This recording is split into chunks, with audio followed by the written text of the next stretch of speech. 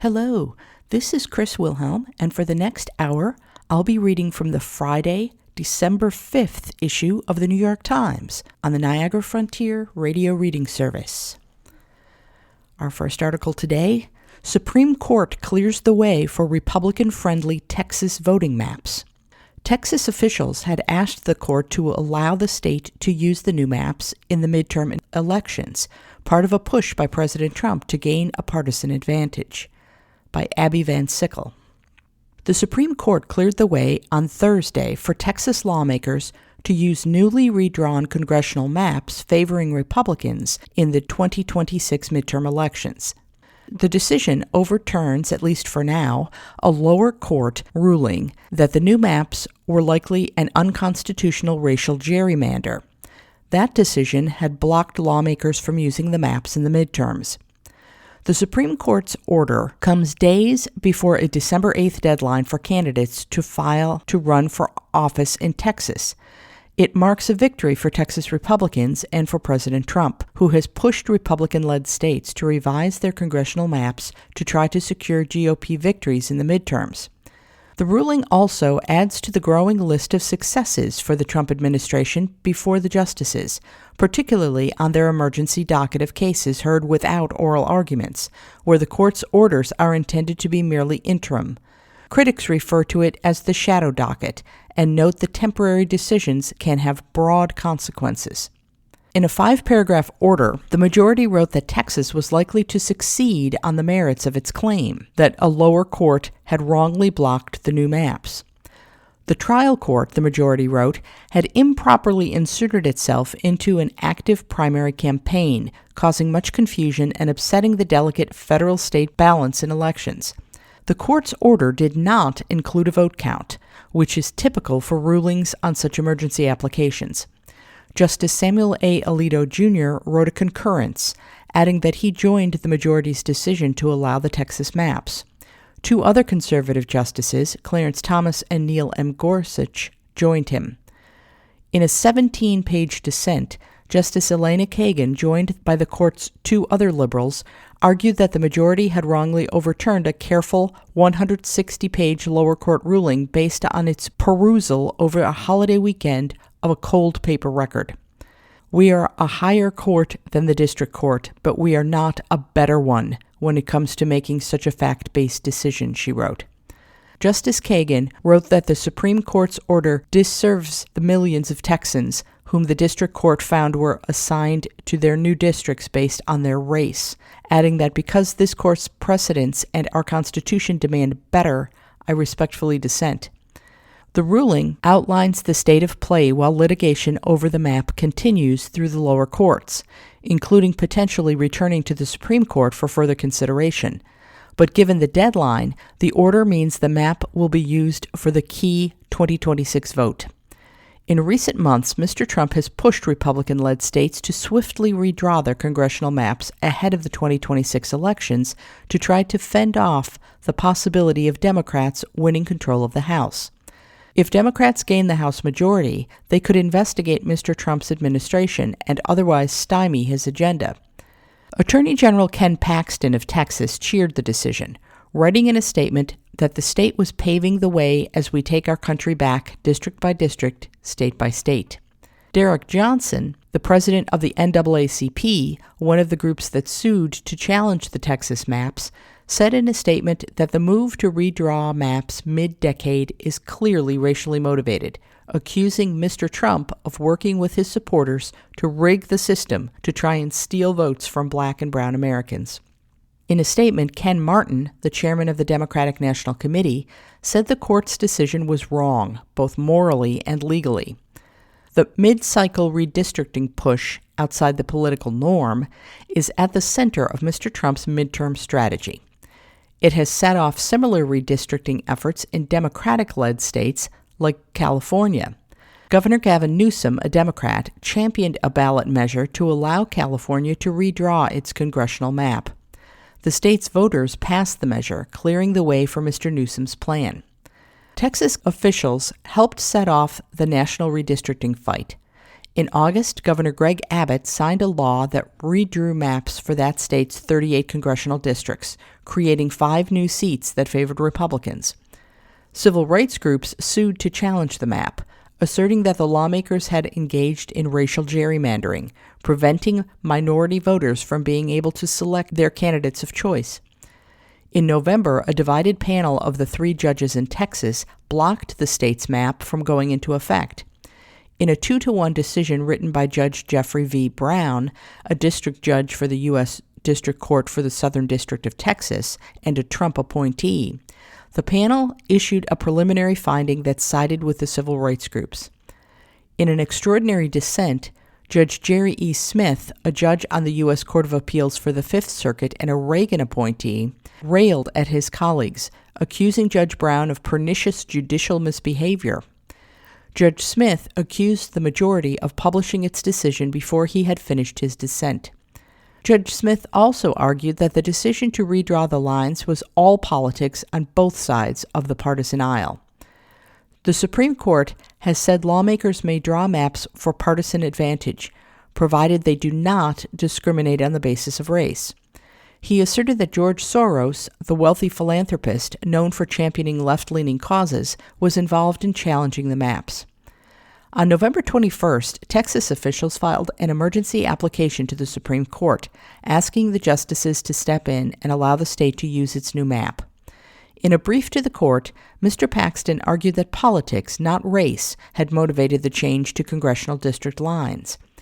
This summer, the Texas legislature did what legislatures do: politics, Mr. Paxton wrote, asking the court to move swiftly to block the lower court order. He asked the court to rule by December 1st, citing the candidate filing deadline. Justice Samuel A. Alito, Jr., who is assigned to handle emergency applications from that region of the country, stepped in later that day, temporarily blocking the lower court ruling, in what is known as an administrative stay, and setting a swift briefing schedule leading to Thursday's ruling. Grand jury said to decline to re-indict Letitia James. After a judge dismissed the Trump administration's first attempt to indict the Attorney General of New York State, a new grand jury effort failed, according to people familiar with the matter. By Devlin Barrett and Jonah E. Bromwich. A grand jury in Norfolk, Virginia, declined on Thursday to re-indict Letitia James, New York's Attorney General, according to people familiar with the matter, rejecting efforts to revive a criminal case that had been sought by President Trump. The decision dealt another embarrassing setback to the president's efforts to exert greater control over the Justice Department, highlighting how judges and jurors have acted as a check on Mr. Trump's desire to use the criminal justice system to punish his political foes. But the unsuccessful attempt does not necessarily end the administration's efforts to put Ms. James on trial. Nothing in the law prevents the Justice Department from trying again to indict her. Still, the grand jury's rejection came more than a week after a federal judge dismissed an earlier indictment against Ms. James, ruling that Lindsay Halligan, the prosecutor handpicked by Mr. Trump to bring the case, had been unlawfully appointed. The Justice Department declined to comment. In a statement, a lawyer for Ms. James, Abby D. Lowell, called the grand jury's refusal a decisive rejection of a case that should never have existed in the first place. This should be the end of this case, he said. If they continue, undeterred by a court ruling and a grand jury's rejection of the charges, it will be a shocking assault on the rule of law. In a statement, Ms. James thanked the members of the grand jury, saying it's time for the weaponization of our justice system to stop. The case in Virginia is not the only one Mr. Trump's Justice Department has opened into Ms. James, underscoring the president's long-standing enmity toward her. Ms. James has been in the president's crosshairs largely because of her years-long civil case, in which she accused him of exaggerating his net worth by billions of dollars. The original indictment centered on Ms. James' purchase of a home in Norfolk in 2020, and whether she lied to financial institutions to get a discounted mortgage rate for the property. Roger Keller, a federal prosecutor brought in from Missouri to handle the case after career lawyers determined the evidence was too weak to support charges, presented a new version of the indictment on Thursday, according to people familiar with the matter who spoke on the condition of anonymity to describe events intended to be kept private. Shortly after 9 a.m., grand jurors convened on the 4th floor of the Walter E. Hoffman Courthouse, a marble-halled building in downtown Norfolk. A court security officer guarded the room where they met. Their deliberations seemed to be brief and uncomplicated, and by lunchtime, the jurors appeared to have adjourned. In September, Mr. Trump forced out his own choice for U.S. Attorney in the Eastern District of Virginia, Eric S. Siebert, after Mr. Siebert concluded the evidence did not warrant criminal charges against Ms. James or another of Mr. Trump's frequent targets, the former FBI Director James B. Comey. The president installed Ms. Halligan, a White House aide with no prosecutorial experience, in Mr. Siebert's place. Days later, Ms. Halligan secured a grand jury indictment against Mr. Comey and weeks later against Ms. James. Judge Cameron McGowan Curry ruled in late November that Ms. Halligan's interim appointment was invalid because such appointments were meant to last no more than 120 days, a period exceeded by the previous interim appointee, Mr. Siebert. And because Ms. Halligan was the sole prosecutor who had secured charges against Mr. Comey and Ms. James, Judge Curry ruled the indictments had to be thrown out. Judge Curry did not weigh in on the evidence against Ms. James, which career prosecutors in the Eastern District of Virginia had viewed skeptically. Ms. Bondi quickly vowed to appeal the decision. Even as a federal grand jury in Virginia voted down a new indictment, lawyers representing Ms. James' office appeared before a federal judge in Albany, New York, where the Justice Department is pursuing a separate civil rights investigation into her work as the state's top lawyer. Lawyers for Ms. James' office are seeking to block the investigation. That appearance also appeared to have gone poorly for the government. The judge, Lorna G. Schofield, expressed skepticism about whether the interim U.S. attorney overseeing that case was lawfully appointed by the administration, an issue that is becoming increasingly difficult for the president in his quest to use the Justice Department to seek retribution. While the government sought to argue that the unusual appointment of that U.S. attorney, John A. Sarconi III, was a technicality, a lawyer for Ms. James' office, Halen J. Chen, strongly disagreed, quoting a concurring opinion from Justice Clarence Thomas about the importance of following the law with appointments. Federal judges have repeatedly ruled against Mr. Trump's use of interim appointments to skirt the Senate confirmation process required for U.S. attorneys, as Ms. Chen pointed out to the judge in Albany on Thursday. A 3-judge appeals court panel in Philadelphia ruled on Monday that the Trump administration's efforts to extend the tenure of Alina Habba, the interim U.S. attorney in New Jersey and a former personal lawyer for Mr. Trump, were also unlawful and invalid. As health care subsidies teeter, Congress is again at an impasse. Democrats won an agreement for a floor showdown after the shutdown, but consensus still eludes the Senate. Will Republicans pay a political price? By Carl Hulse. When a handful of Democrats broke with their party last month to join Republicans in ending the longest government shutdown in history, they cheered a promise they had extracted from the GOP that Congress would soon have the opportunity to extend the expiring health care subsidies that had been at the heart of the fight. But 1 week out from a Senate vote on the matter, there appears to be no viable path to doing so.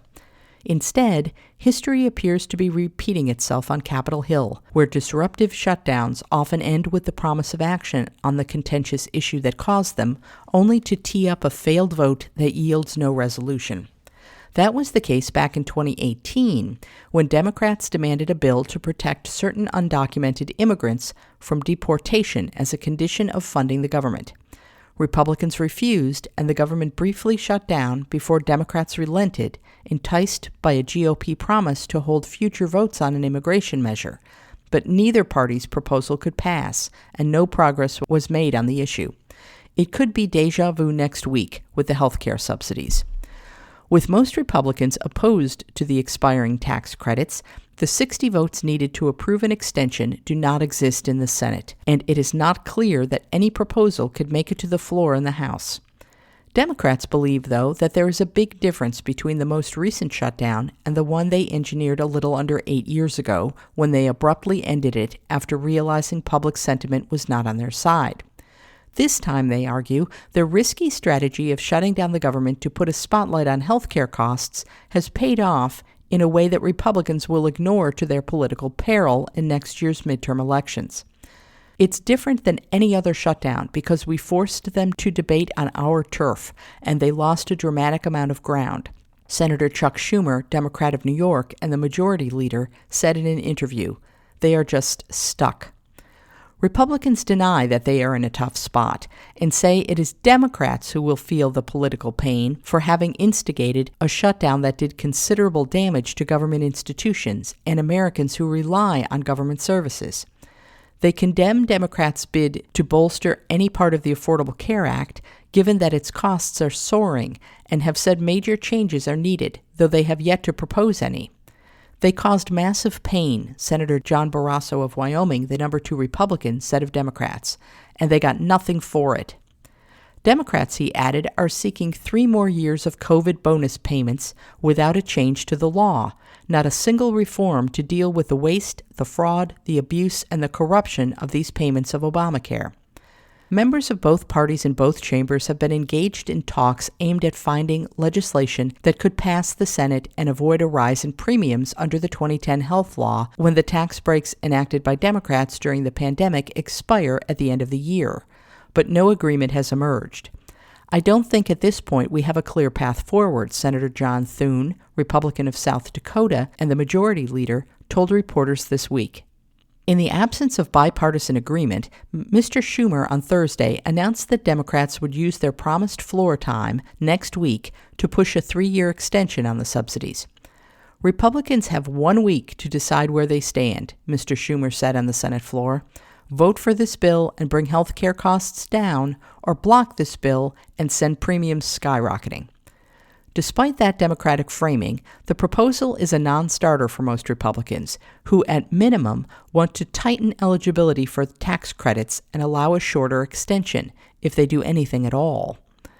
I don't see any way under the sun that we would support an extension of the current broken system, said Senator John Cornyn, a veteran Texas Republican up for re-election next year.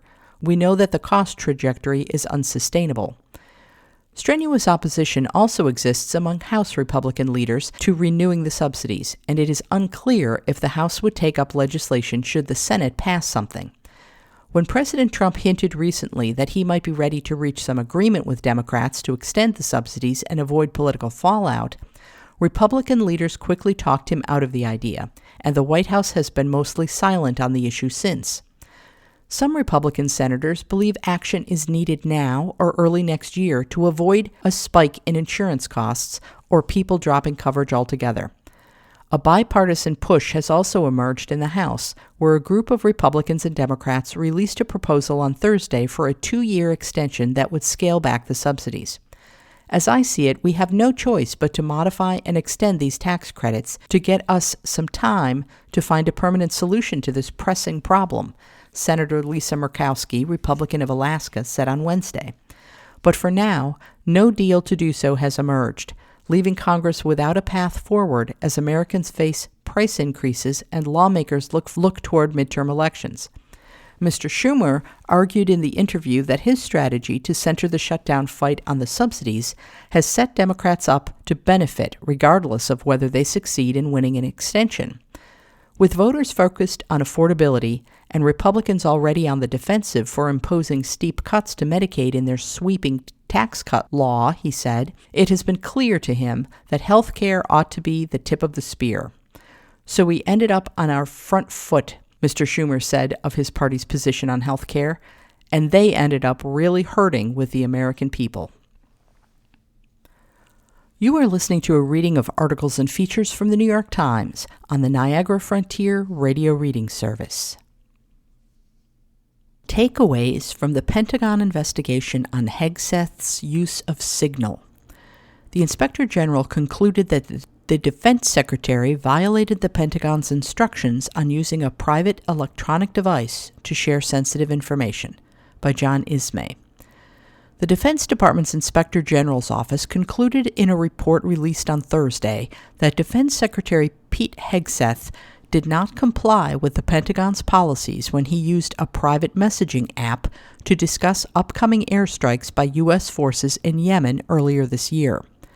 Mr. Hegseth sent non-public information that identified the quantity and strike times of manned U.S. aircraft over hostile territory over an unapproved, unsecure network approximately 2 to 4 hours before the execution of those strikes, the report said. The information was shared with Mr. Hegseth in a secure email from U.S. Central Command, which executed the strikes against Houthi forces on March 15th. The report notes that Central Command's message marked that email as secret no-foreign, meaning that its contents could not be disclosed to foreign nationals, and according to the Pentagon's definition, their release could cause serious damage to operations, assets, or individuals. Here's what we learned from the report. Hegseth declined to be interviewed by the Inspector General's office. During the investigative process, Mr. Hegseth declined to be interviewed by the Inspector General's office. He instead submitted a statement on July 25th in response to investigators' questions. Mr. Hegseth acknowledged receiving information on March 14th from Central Command that was marked secret no-foreign about the planned attacks, and said in his statement to investigators that he had shared only nonspecific general details to create an unclassified summary for those in a Signal chat group. The people in that chat included Vice President J.D. Vance, Michael Waltz, then the National Security Advisor, and Senior White House Advisor Stephen Miller. Mr. Waltz had also mistakenly added Jeffrey Goldberg, the editor-in-chief of The Atlantic, to the group. Mr. Hegseth told the investigators that he had the authority to declassify military information. Investigators had to rely in part on The Atlantic's reporting. The Inspector General's office requested all of Mr. Hegseth's signal messages, but noted that it was able to obtain only a partial accounting of the exchanges because the group chat's auto-delete function was turned on in the security settings. The investigators had to rely in part on Mr. Goldberg's published transcript of messages from the chat. The conversation included specific times that Navy warplane sorties would launch from an aircraft carrier in the region and when munitions were expected to hit their targets. The information would have been useful to the Houthis. The U.S. military typically classifies operational information of that sort as secret to preserve an element of surprise over an adversary. That information would also have been useful in targeting incoming U.S. aircraft had the Houthis, who have robust air defense radar and anti-aircraft missile capabilities, obtained it in advance. The only manned aircraft lost during the operation came when 2 Navy fighter jets fell off the aircraft carrier USS Harry S. Truman and sank in the Red Sea. The first was lost overboard after the crew lost control of the plane, according to officials at the time, and the second was lost trying to land on the ship. Hegseth was faulted for using a private cell phone. The Inspector General's report found that Mr. Hegseth had violated Pentagon instructions on using a private electronic device to share sensitive information. It added that Mr. Hegseth did so from a secure facility installed at his home on an Army base in Washington, while accompanied by his junior military assistant and his personal communicator. Reaction from Congress showed a partisan split. Before the report's public release, Senator Robert Wicker of Mississippi and the Republican chairman of the Senate Armed Services Committee said in a statement that the secretary acted within his authority. Mr. Wicker added, "It is also clear to me that our senior leaders need more tools available to them to communicate classified information in real time and a variety of environments. I think we have some work to do in providing those tools to our national security leaders," he said. The top Democrat on the committee, Senator Jack Reed of Rhode Island, had a different view. The report makes clear that Secretary Hegseth violated Defense Department policies and shared information that was classified at the time it was sent to him, Mr. Reed said in a statement before the Inspector General's report was publicly released. These were precise strike timings and locations that, had they fallen into enemy hands, could have enabled the Houthis to target American pilots. The investigators recommended steps to facilitate secure mobile communication. In a companion report released on Thursday, the Inspector General's office offered recommendations concerning the Defense Department's handling of sensitive information. One recommendation said the Defense Department's Chief Information Officer should source and maintain a means of communication that the Pentagon controls for use on mobile devices like cell phones that would allow users to securely share classified information.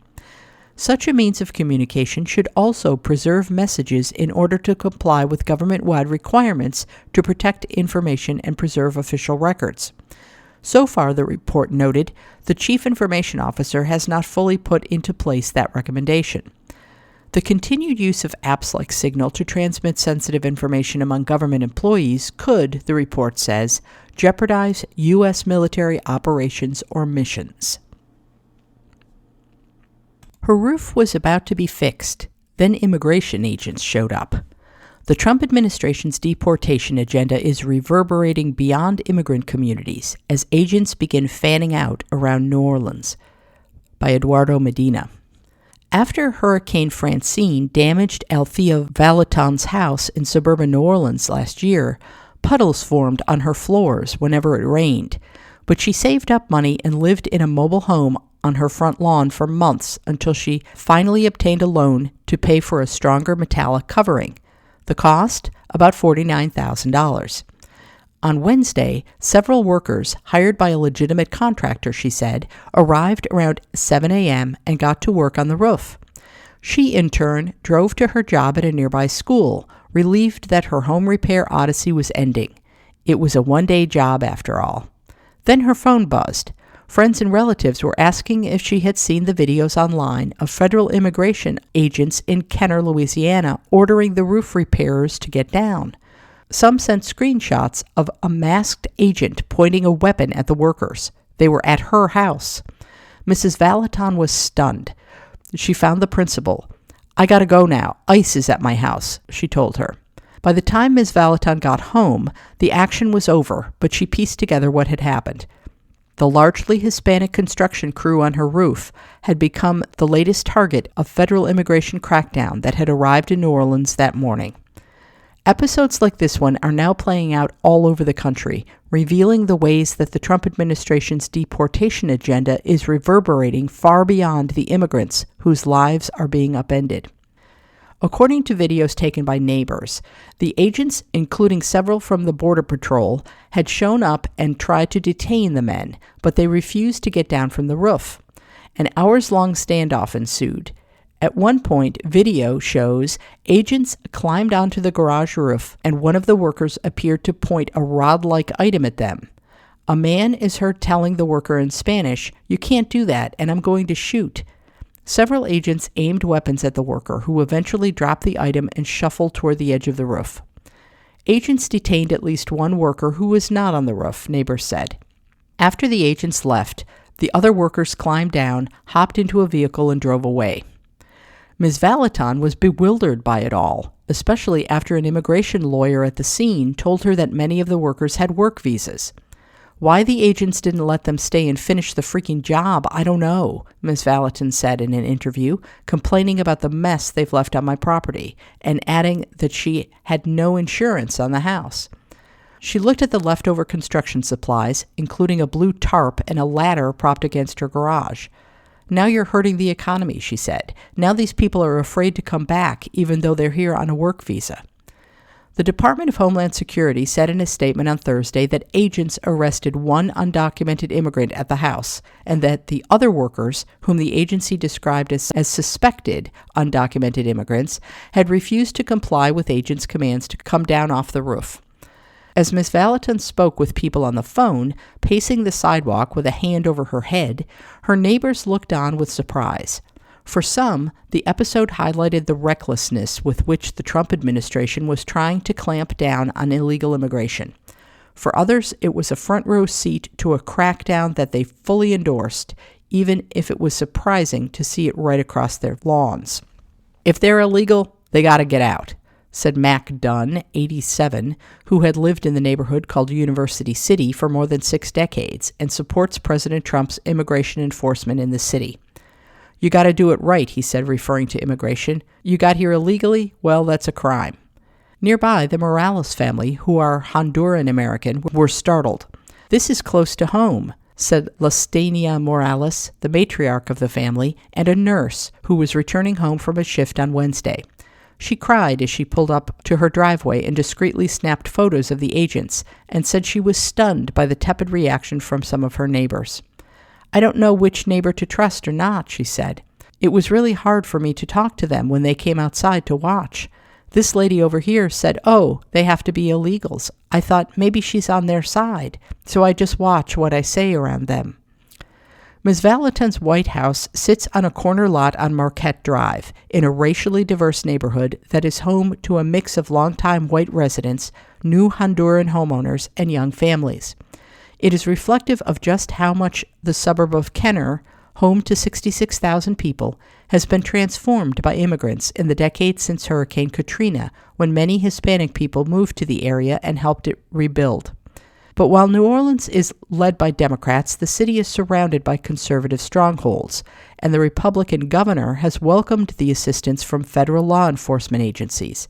That has made this Border Patrol operation feel different from the ones that have come to Los Angeles, Chicago, and Charlotte, North Carolina, all led by Gregory Bovino, a senior agency official.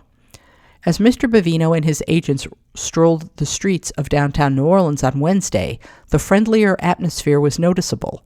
In the French Quarter, the city's boozy artery, several people thanked them for their work, though there was still an occasional insult. Ms. Vallotton didn't quite see the issue through a political lens. She does not identify with either major political party, she said, and she did not vote in last year's presidential election. But she does see the operation, which the Department of Homeland Security has nicknamed Catahoula Crunch, as unfocused and potentially causing more harm than good. If you've got illegals in the country, then yes, they should be deported back to their country because we don't need more crime, said Ms. Vallotton, who lives with her husband and teenage son. But you've got people who have been here for decades. These guys are working for a living. They weren't out doing crime. They're spending money in our economy. They're buying groceries. Why are we actively looking for people who are not actively committing crimes at the moment, she asked. The Border Patrol has said that it is targeting immigrants with criminal histories, but data from past operations shows that most of the people arrested do not have serious criminal records. Ms. Vallotton did not want to share her exact job title at the school where she works, nor the name of the construction company she hired, but she said the presence of Border Patrol agents had already prompted many students to skip school this week. On Wednesday afternoon, she was still scrambling to find someone who could cover her roof. Inside the mobile home on her lawn, she could hear her cat, Humphrey, yowling.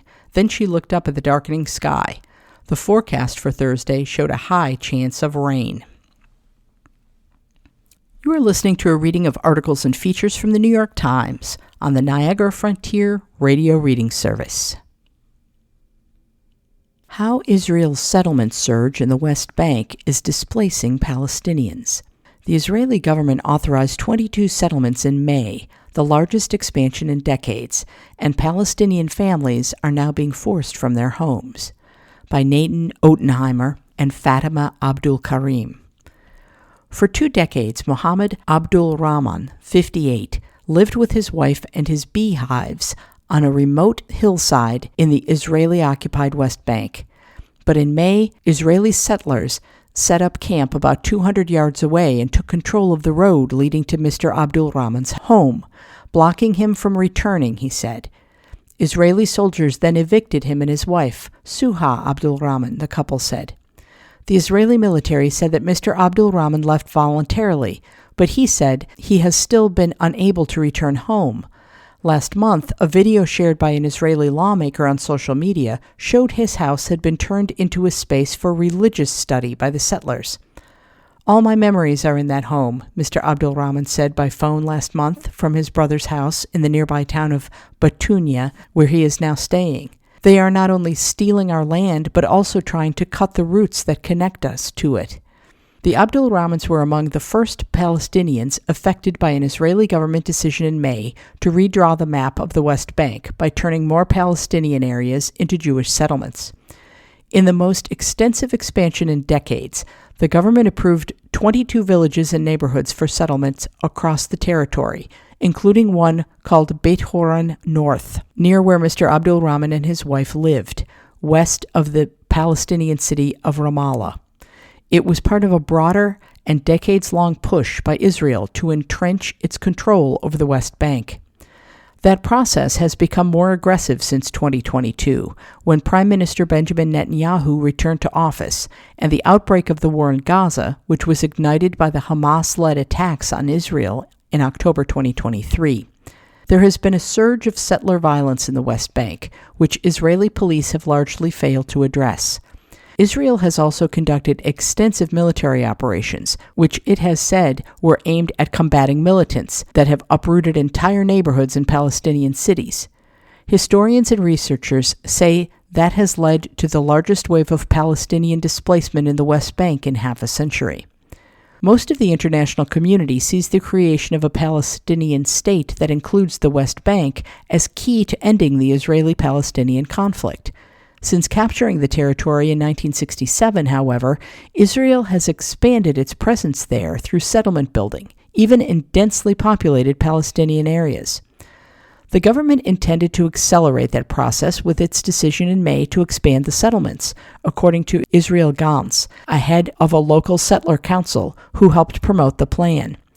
The Palestinian Authority, which administers large parts of the West Bank, is also racing to claim territory before Israel does. Say there are 500 acres of land the State of Israel doesn't want to lose. It puts a village there, Mr. Gantz said. That doesn't mean a 500-acre city will be built, but once you're there, no one else can be. The United Nations and the International Court of Justice say that all Israeli settlements in the occupied West Bank area violate international law. Israel rejects that. Some of the 22 settlements approved in May already existed, but they had been deemed illegal under Israeli law. The recent decision meant that these were authorized retroactively. Others are planned for the northern edge of the West Bank, in a region where no officially recognized settlements have existed since Israel dismantled them in 2005. In August, the Israeli government approved a major settlement project known as E1 that would effectively split the West Bank in two, making it harder for Palestinians to establish a contiguous state there. In recent months, members of the Israeli government have also repeatedly threatened to annex parts of the West Bank. Over the past year, settlers have built a record number of outposts, small encampments often made of prefabricated homes, according to an Israeli military official who spoke on the condition of anonymity to share sensitive information. More than 40 were built in the past 6 months alone, according to Hagit Ofran, who monitors the West Bank for Settlement Watch, a project run by the Israeli advocacy group Peace Now. The government's plan for the 22 settlements aims to curb Palestinian urban growth and link Israeli-populated areas, according to Mr. Gantz, who helped select some of the sites. Beit Horon North, for instance, will stop Ramallah from spreading, he added. When we visited Beit Horon North in July, Israeli settlers appeared to be in control of the area. "This is our land and I make the rules here," said Elkanah Shahar, a young settler who was wearing a sleeveless shirt with a peace sign. He and a few other boys had been left on a hot morning to watch over a scattering of belongings in the shade of an awning: a worn sofa, a refrigerator, a fan, and bookshelves. The settlers had also poured concrete in preparation for permanent construction. When we approached, one of the settlers drew what appeared to be a handgun that they later said was a pepper spray pistol. "Did you get approval to be here?" Mr. Shahar asked. He demanded that we leave, saying that it was private property. On the same road, 2 other young Israeli settlers were seen breaking into a recently built Palestinian home that had been abandoned. The gate to the yard was broken and the back window had been shattered. Many settlements grow out of such outposts. A spokesman for the Israeli Civil Administration, a military unit that manages civilian affairs in the West Bank, said that building the Beit Horon North settlement required further legal and planning procedures. The outpost that we visited there was not part of the government-authorized settlement and was illegal, they said, but that taking action against it was subject to the approval of the political echelon. Under the Oslo Accords, signed in the 1990s, both Israelis and Palestinians committed to not take any steps that would change the status of the West Bank. But successive Israeli governments largely ignored dozens of unauthorized Jewish outposts in the region, and the military has often discreetly provided their security, ushering in a period of large-scale settlement expansion. Some remote areas, like the one where Mr. Abdul Rahman lived, were not part of that expansion until this year. "We thought no one paid attention to our patch of land," said Mr. Abdul Rahman. He and his wife lived in an old 2-room house built from large, uneven stones, surrounded by pine trees and an olive grove. No other homes were within earshot. Mr. Abdul Rahman said he was ready to fight for his home, and he had filed a complaint with the Israeli police and the Israeli civil administration. The police did not respond to a request for comment. "It was not the time for emotions," Mr. Abdul Rahman said. "It's time to put Israel's claim that it's a rule of law country to the test." Ruined rice fields and broken rail lines. Sri Lanka counts cost of cyclone. Officials estimate the damage runs into billions of dollars, a headache for the island nation just recovering from an economic crash. By Mujib Mashal and Pamodi Waravita. As the floodwaters from the devastating cyclone Ditwa recede and families carry out the rites for more than 480 people found dead, Sri Lanka is turning to a different kind of tallying. Gutted rail lines, ravaged fields, washed away roads and bridges, and broken dams. Altogether, the damage could cost the island nation as much as $6 or $7 billion to rebuild, initial estimates by officials show. For a country of modest means, one still emerging from the shadows of a decades-long civil war and a choking economic collapse just 3 years ago, that is a demoralizing task. It is compounded by what is a particularly dispirited moment in international aid, with funding contributions from humanitarian causes plummeting so low, in large part by the precedent set by the United States to pull back as a major donor, that the United Nations has called it an age of indifference. Duminda Hulangamua, the senior economics advisor to Sri Lanka's president, said the government had met with major funding agencies and countries friendly to Sri Lanka on Wednesday, many of whom were helping with relief assistance and had shown a willingness to chip in for reconstruction, but they would all wait for an official assessment of the damage that the World Bank had started, he said. "It's not going to be easy," Mr. Hulangamua said in an interview. Another senior official, Prabhath Chandrakirti, who was Commissioner General of Essential Services, is tasked with coordinating the immediate disaster response, laid out a stark picture of how extensive the devastation has been. The amount of damage to the country's infrastructure was probably 10 times the damage caused by the Indian Ocean tsunami of 2004, he said in an interview on Thursday. That tsunami killed tens of thousands and inundated coastal areas, but did not cover the swaths of the country that Cyclone Ditwa did. The country's rail system has faced severe damage, with less than 1/3 of the 1,000 miles of rail lines operational after the cyclone. Social media videos showed rail lines suspended with the bridges washed away. Mr. Chandrakirti said the extent of damage to the rail system was such that Sri Lanka would need the technical assistance from other countries to rebuild. The economic crash in 2022, caused by corruption and mismanagement of the country's balance of payments, doubled the poverty rate to nearly 1/4 of the population. Officials fear that another 10% who were bordering the poverty line could be pushed into it by the cyclone's economic devastation. Loss of livelihoods, rising costs, and service disruptions disproportionately affect low-income households, women, children, and older persons, the country's disaster management center said in a statement.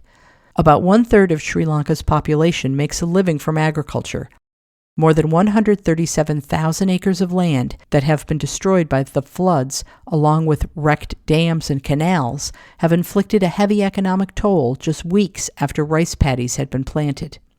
Many farmers, like Abdul Majid Azam, 26, in the country's northern Manar district, have started back at zero.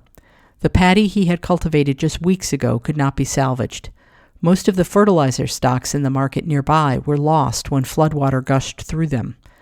In the midday heat, he and 2 other farmers were back in their fields, still inundated, counting their losses and preparing to plow and plant again. All of this was destroyed, he said. You are listening to a reading of articles and features from the New York Times. on the Niagara Frontier Radio Reading Service. The diplomat who was accused of sexual abuse but kept his job. President William Ruto faces pressure after a Times investigation showed that his government downplayed or ignored the mistreatment of women working in Saudi Arabia. By Abdi Latif Dahir and Justin Sheck. Kenya's government received complaints that a diplomat was sexually abusing women, according to a UN official and a labor leader, but officials allowed the diplomat to continue working with migrant women. The diplomat, Robinson Juma Twanga, was the longtime labor attaché in Saudi Arabia. Kenya's president, William Ruto, has built his economic plan around sending more workers abroad.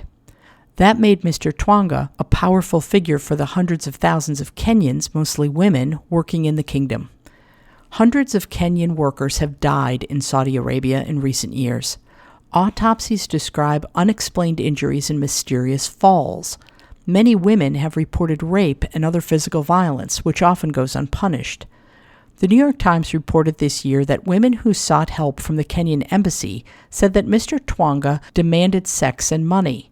Some said that he had told them to become sex workers to pay for plane tickets home. Kenyan officials said at the time that they had not heard such claims. But Kenya's labor ministry received several complaints about Mr. Twanga and discussed how to handle them in 2019, but took no action, according to a UN official. A Kenyan union leader said that in 2020 he reported abuse accusations to the government. Alfred N. Mutua, the labor secretary, would not say what the government knew about the accusations. He said Mr. Twanga retired under the previous administration.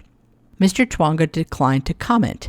The Times article prompted an investigation that could lead to criminal charges, Mr. Mutua said. Mr. Mutua encouraged victims to come forward.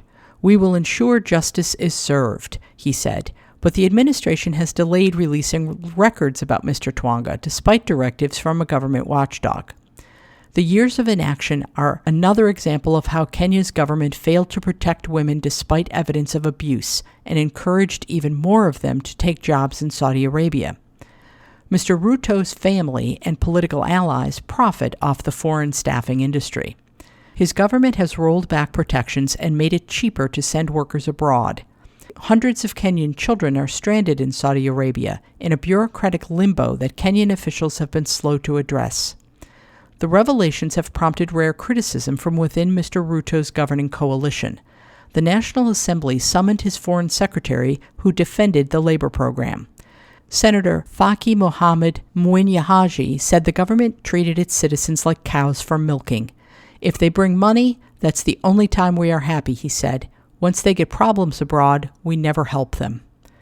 In a meeting with the International Labor Organization in December 2019, Kenyan labor officials acknowledged receiving reports of sex abuse by Mr. Twanga, said a senior United Nations official who attended the meeting. The official, who spoke on condition of anonymity to discuss private conversations, said Kenyan officials urged overseas diplomats to monitor Mr. Twanga. By 2020, numerous women had reported that Mr. Twanga had solicited sex, said Francis Atwoli, the head of Kenya's Central Organization of Trade Unions. He said he had relayed the complaints to officials, including the labor secretary at the time, Simon Kiprono Chilungwe. Mr. Atwoli also told journalists at a 2021 news conference that a Kenyan official in Saudi Arabia had demanded sex from a woman. Mr. Atwoli did not name the official then, but recently told the Times that it was Mr. Twanga. Nothing ever happened, Mr. Atwoli said. It's not a secret that he was problematic. Mr. Chilugwe did not respond to requests for comment. Rosaline Kathuri Njogu, a senior foreign ministry official, said that no formal complaint had been filed. If a government employee acts in this manner, that is not only unconscionable, it is patently criminal, she said on a radio show. Francis Wahome, a lobbyist for Kenya's staffing industry, said several women had complained that Mr. Twanga coerced them into sex. Mr. Wahome said he believed that the sex was consensual. Since the Times reported on Mr. Twanga, other women said in interviews that he insulted them, denied help, or told them to engage in sex work. Pauline Mutoni Kariuki said her Saudi employer and his friend raped her in 2020. She became pregnant and sought help. At the embassy, she said, Mr. Twanga accused her of seducing men. Everline John said she went to the embassy after her Saudi employer withheld pay and threatened to rape and kill her. You think you will get a red carpet when you come to the embassy? She recalls Mr. Twanga asking. She said he told her if she was unhappy at work, she should consider sex work. The Times obtained an international government report portraying Kenya's embassy in Riyadh as mired in turmoil, with the ambassador accusing his staff of acting unethically. Mr. Mutua, the labor secretary, said he had sent new attachés to Saudi Arabia. I am confident that the teams that are on the ground now are much better, he said. UN warns of another wave of atrocities in Sudan's civil war.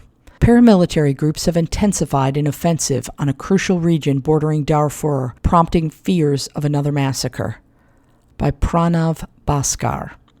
The UN's top human rights official warned on Thursday of another wave of atrocities in Sudan's civil war as paramilitary groups intensify an offensive on an oil-rich crucial region bordering Darfur. In October, one of the groups, the Rapid Support Forces, seized the famine-stricken city of Al-Fashir from the Sudanese military, unleashing widespread violence against civilians. Heavy fighting has now surged across the sprawling Kordofan region, which connects central Sudan to Darfur. It is truly shocking to see history repeating itself in Kordofan so soon after the horrific events in Al-Fashir, said Volker Turk, the UN human rights chief. We must not allow Kordofan to become another Al-Fashir. The region is important for both sides in the conflict. To regain its territorial foothold in Darfur, the Sudanese military will need to secure key routes through Kordofan. Control of the region would allow the Rapid Support Forces to build on its momentum and choke the flow of movement between the center of the country and Darfur. Nearly 40,000 people have been displaced in the state of North Kordofan, according to the International Organization for Migration, where paramilitary forces captured the city of Bara in late October.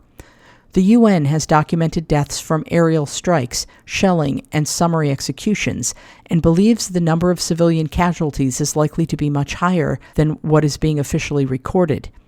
In West Kordofan, the Rapid Support Forces said on Monday that it had claimed the town of Babnusa, a key economic center. The Sudanese armed forces denied on Tuesday that it had lost control of Babnusa, saying that fighting was still taking place. And in South Kordofan, civilians in the town of Kadugli and Dilling have been trapped in siege conditions, according to UNICEF, with those trying to escape facing dangerous conditions. The UN said it received reports of a drone strike by the Sudanese military in South Kordofan on Saturday, which killed at least 48 people. Separately, the Sudan Doctors Network, a medical advocacy group, said in a statement on Thursday that a strike by the Rapid Support Forces on a kindergarten killed 9 people, including 4 children. Sudan's long-running civil war is widely considered one of the world's worst humanitarian crises. The fighting has raged for more than 2 years, forcing 12 million people from their homes and left as many as 400,000 people dead by some estimates. The UN Migration Agency estimates that nearly 100,000 people have fled Al-Fashir in recent weeks, but only about 10,000 have arrived in Tawila, the nearest city with a sizable international aid presence. On the way out of Al-Fashir, civilians have faced gunfire and abductions. And her last article today, the heist of its culinary crown jewels rocks a French village. Shop owners say the thieves who took 990 pounds of snails must have been escargot cognoscenti. By Efrat Livni. It was not quite the Louvre heist, but for a village in northeastern France, the recent theft of more than $100,000 worth of escargot from a local farm, just as prime holiday snail-eating season begins, was pretty close. The family that owns the business believes that the target, and especially the timing, suggests that whoever did it had an insider's knowledge of the esoteric escargot industry. The French eat about 37 million pounds of snails every year, according to the National Helicoculture Federation of France, which represents snail farmers. Much of this consumption happens around Christmas and the New Year, as evidenced by the inevitable annual appearance of holiday escargot recipes in French magazines. The heist appears to have been timed to coincide with this period of exceptional demand. Escargot is quite a rare dish. It is pricey and it is usually served for Christmas or big events, said Inez d'Auvergne, 20, who works in her family's snail enterprise and whose father, Jean Mathieu, discovered last week that they had been robbed of almost their entire holiday stock. We think they were people who know, a connoisseur or professional, to be able to steal 1 year's worth of stock at just this time, she said. On November 24th, she said, her father went to work as usual at L'Escargot de Grande Creuse, the business his parents started in 1999. It now consists of a snail farm, shop, labs, and kitchens, and that morning it was obvious as soon as he arrived that something was amiss. The door of the shop was open. The doors to the kitchens and the labs, where cooking and cultivation experimentation happen, were also open, and drawers in the office were emptied of petty cash. Most alarming, nearly all the escargot, 990 pounds of fresh and frozen snails, were gone. That stock was meant to get them through the high demand of the holiday season. Just before Christmas, we find ourselves without much, Ms. d'Auvergne said. The police have no suspects yet, she said, and the family is scrambling to contend with the loss. The d'Auvergnes are among only several hundred snail farming families in France, where the supply of the mollusks in the wild has been depleted. Regulations limit gathering them, and cultivation does not meet demand. People have been eating snails for at least 170,000 years, and snails have been a snack in the Mediterranean for about 30,000. They are relished in Italy, Spain, North Africa, parts of Asia, and the Caribbean.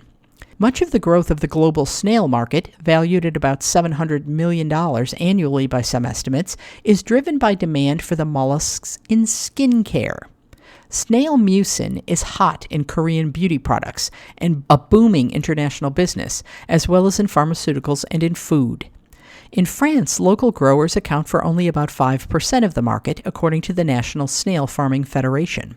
Small French snail producers say they struggle against bigger producers abroad and face tricky conditions. During COVID lockdowns, for example, critical holiday sales plummeted. The d'Auvergnes produce about 350,000 snails annually, selling them online, in markets, and to high-end clients like Le Parc, a restaurant with 2 Michelin stars in nearby Reims. They are part of a network of cultivators serving the regional businesses that cater to the many wine tourists passing through. Their snail farm is itself a tourist attraction, promising an escargot tasting and a presentation on cultivating mollusks. Because it takes about a year for snails to reach maturity, there is no way to make up for the losses from the theft in time for the Christmas rush, Ms. d'Auvergne said. Fellow snail raisers have shown solidarity, she said, offering supplies to help the family meet its contractual obligations. The family learned of the world's interest in their plight after customers told them of news reports from across France, Europe, and Asia. Ms. d'Auvergne said she hoped that people hearing her family's story would support other small businesses and farmers. There is one bright spot, she noted. The producer snails, which lay eggs, were not taken in the theft, perhaps because they cannot be sold for immediate consumption. The family can plan on cultivating and raising a new supply of escargot. Next year, if the season is good, Ms. d'Auvergne said. You've been listening to a reading of articles and features from the Friday, December 5th issue of the New York Times. Your reader has been Chris Wilhelm. Thank you for listening.